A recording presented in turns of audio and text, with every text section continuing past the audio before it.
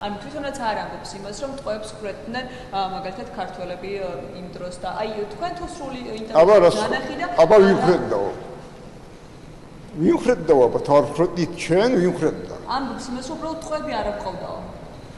იმიტომ არა და რატომ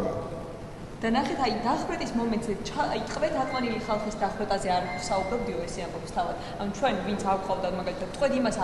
არ ვხრედით. უბრალოდ რაღაცა შეტაკება ან რაღაცა დაპირისპირება როცა იყო მაგ დროს შეიძლებოდა რომ აი მაგალითად იარაღი გაესროლა და მაგ დროს ხოდა მაგრამ წერი სად როდის ვინ სად გაისროლა რომელ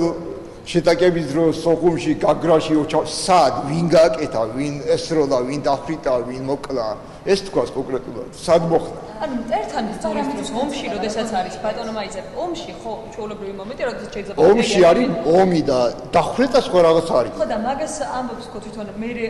განმარტებებს უკეთებდა იმ ინტერვიუს რაც იყო ეთერში გასული და რუსებს მაგარი დისციპლინა ჰქონდათ და ჩვენ არაო ხო კი ბატონო